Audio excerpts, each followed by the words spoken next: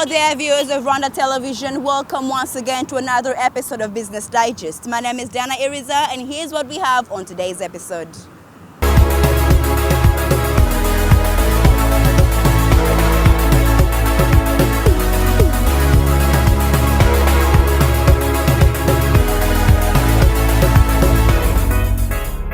Thank you for joining us once again. Now we are coming to you from Accra, Ghana, where the Africa Business Heroes Pitch competition is taking place. Spearheaded by Jack Ma Foundation, the pitch, along with the summit, is aimed at discussing the best ways to enable entrepreneurship and the digital economy of the globe. Have a look. Welcome to the Jack Ma Foundation Africa's Business Hero Show. And sometimes what you want to do doesn't exist, but you can see it enough to pursue it and fight for it. Business is about marketing. You got to understand who is your customer. I want any people that are in Africa or anywhere else in the world to believe that they can make money thanks to African culture. That's the mission we have. Make a case that this problem is worth solving, and that these women that are dying are worth saving, and that we have the best system to do it. And I live for the day that every African child can access water in their homes. We are a core hub of high-tech advanced research equipment operating online and on demand. Small is nothing wrong. Make it very simple. Our goal is to go after 10 million farmers in Africa, and we're going to get Africa to feed ourselves and the world.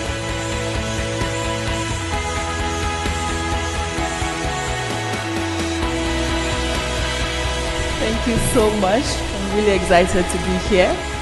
Each one of you give me one advice that I will mark it by heart and I will remember it for 10 years. The road of entrepreneurship it's going to be tough, but what you shouldn't forget is you take care of your family. I think I have more confidence in Africa, more confidence in the young people and entrepreneurs, and we will continue to do it.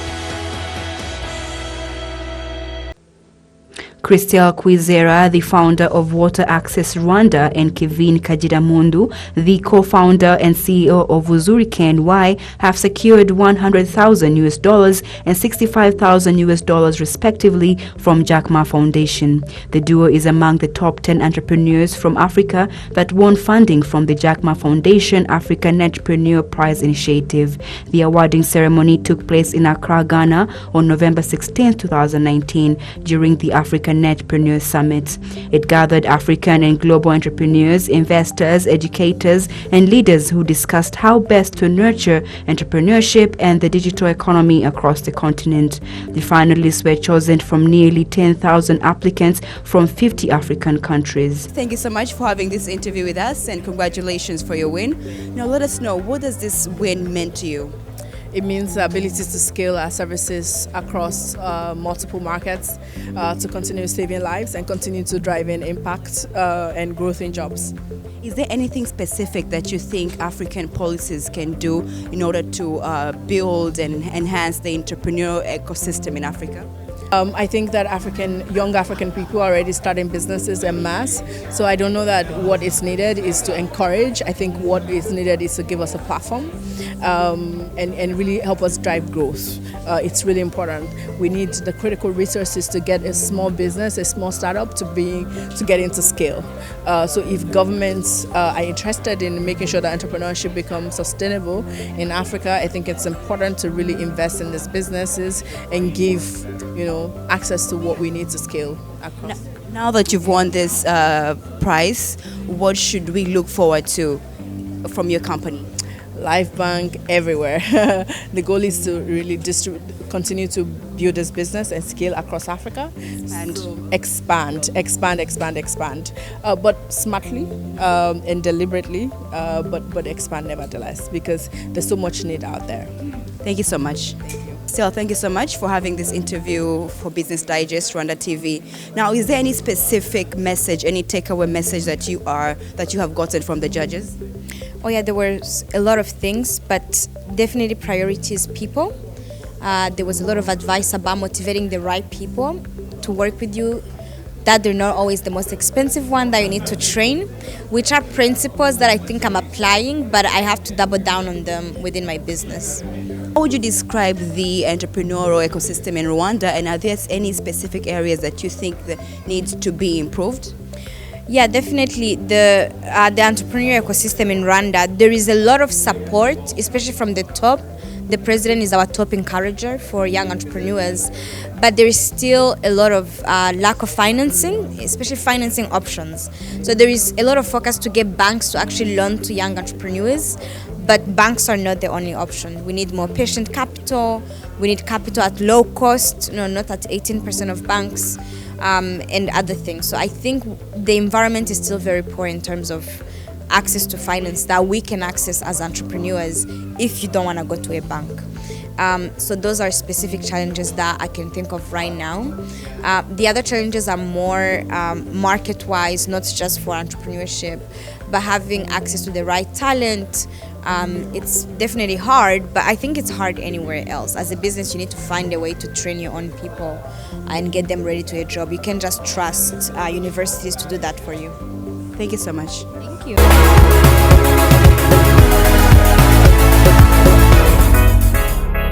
The management of Bank of Kigali has commended the idea of training beneficiaries of its Urumuri initiative that provides loans to SMEs at zero interest, saying that this will help in the reduction of non-performing loans. The Urumuri initiative, which is a partnership between Bank of Kigali and Ingomoko, has existed for 3 years. 100 entrepreneurs have benefited from this program, with most of them receiving interest-free loans. Olive Ashimwe, the acting managing director of Ingomoko, said that the organization helps entrepreneurs get the basic skills of business and have attractive bankable projects. Additional to that, we do offer advisors, business advisors. So this is a friend in business that walks the business through a 6-month journey, sees whether really the bookkeeping are working or not. If it's an SME that needs a system, if it's bookkeeping, if it's something else, then we recommend if it's beyond what we offer. And then the ultimate goal that all entrepreneurs will always be wanting to hear is access to finance. But we believe that the first 2 steps make them even more credible to any financial institution. Nshuti Thierry, the head of marketing and products development at Bank of Kigali, said that this initiative will help reduce non-performing loans. What we do in them, first of all, we train them on how you manage your financials. It does mean like they have the knowledge. They can control their cost, and we do expect their projects to be making money, like benefits. And by the project making money, if you don't pay, it will be just by your behavior, but the project itself will be a money-making project. So that's the first effort we put in. We also, during the course we gave them, explained to them the importance of paying back the bank, because you may have a risk of closing other doors you may want or you may need to use as financials, and it's very, very important for somebody, an entrepreneur, to make sure like he doesn't have barriers on accessing financials. So by that thinking in mind, we think the NPLs will a little bit reduce. Habiyaremye Jean-Marie, one of the entrepreneurs who was part of the Urumuri initiative, said that the interest-free loan will help in his business expansion plans. After getting the machines from Urumuri initiative, we will be able to produce like 600,000 buttons per day. So we'll be able to supply all industry which is producing the clothes here in Rwanda. Also we're supplying for the designers. Also we'll be importing our cow horns product like in US and Japan. So these are our great opportunity for us to have this chance. 5 million loans from Beka. It will be help us a lot. 25 million Rwandan francs will be given in interest-free loans to successful entrepreneurs who made the pitch today before a panel of judges and will be paid back in a period of 3 years.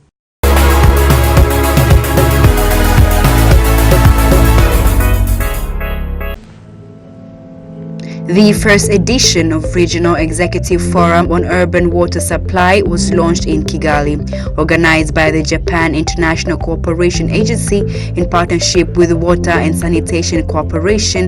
The three-day forum brought together water utility heads and sector professionals from 9 African countries, with the theme the enhancement of sustainability of urban water services in sub-Saharan Africa.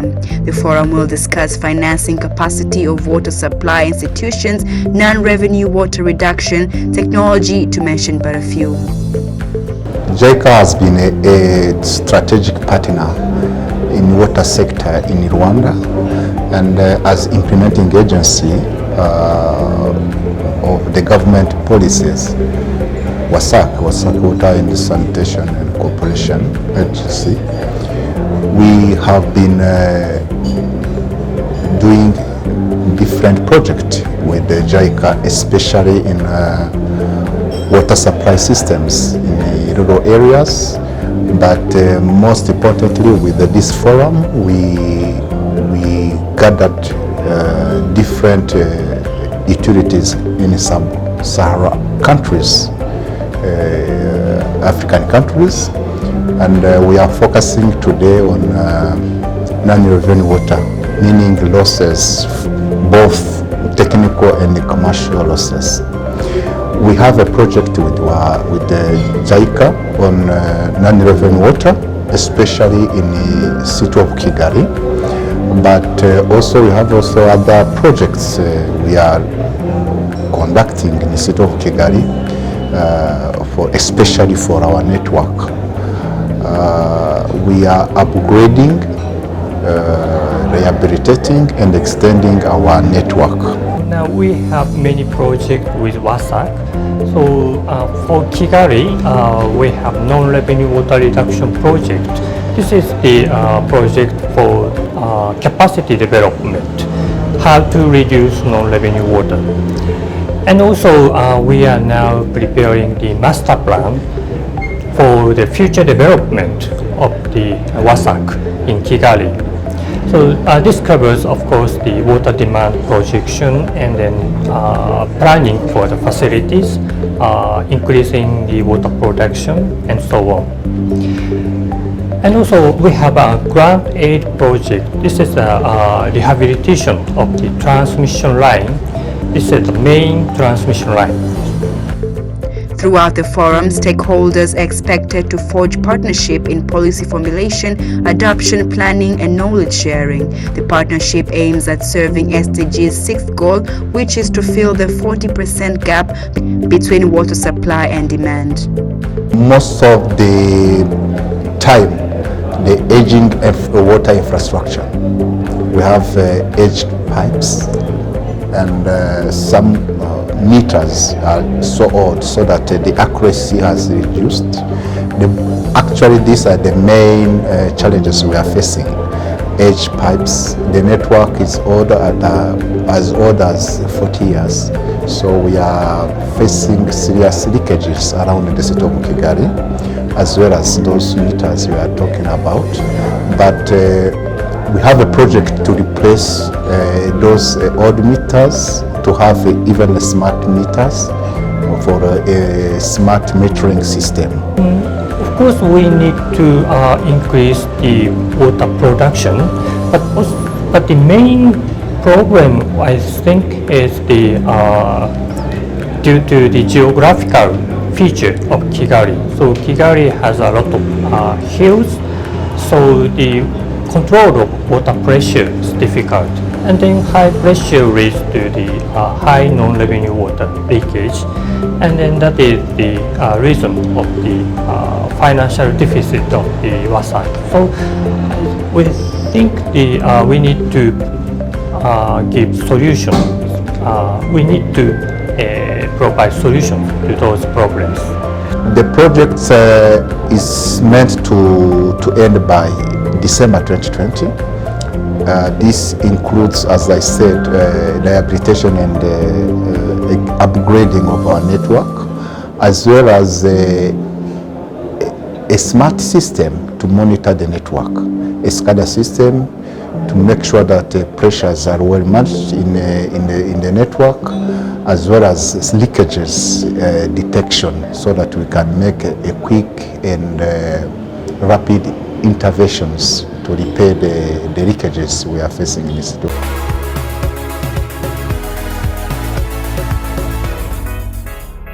Now that sums up tonight's episode, but don't forget that this show airs every Tuesday at 9 p.m. on RTV. My name is Diana Iriza, and I'll see you all next week.